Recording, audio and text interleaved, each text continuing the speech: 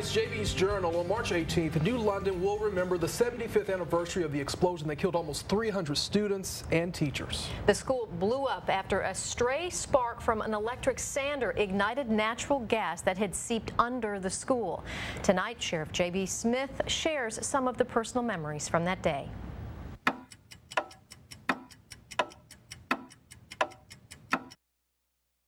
It happened at 3:17 p.m. School was to be out at 3:25.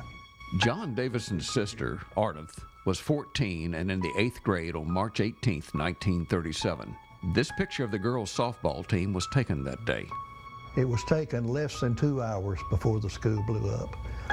The little girl kneeling on the right of the picture is my sister.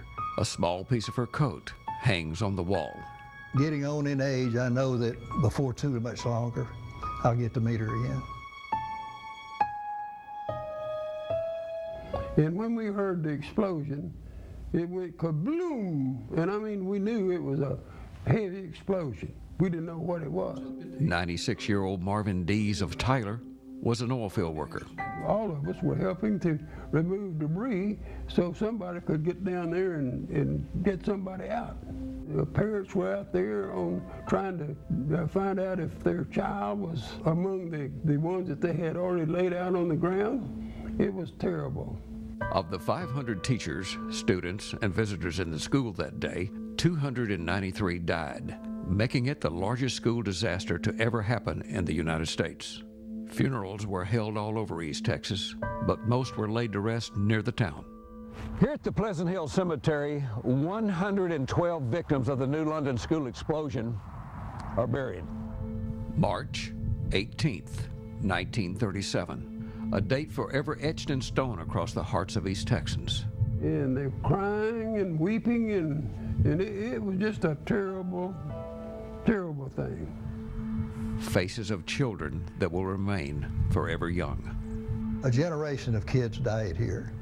The hopes and dreams of so many broken. We have got to keep the memory of these kids alive. A basket used to remove books and debris. One child's assignment, never to be completed. A girl's dress, a young boy's clothes, simple items, testimony of so many lost that day. 75 years, still not enough time. I still have thoughts. I mean, it's very vivid as to what happened that day.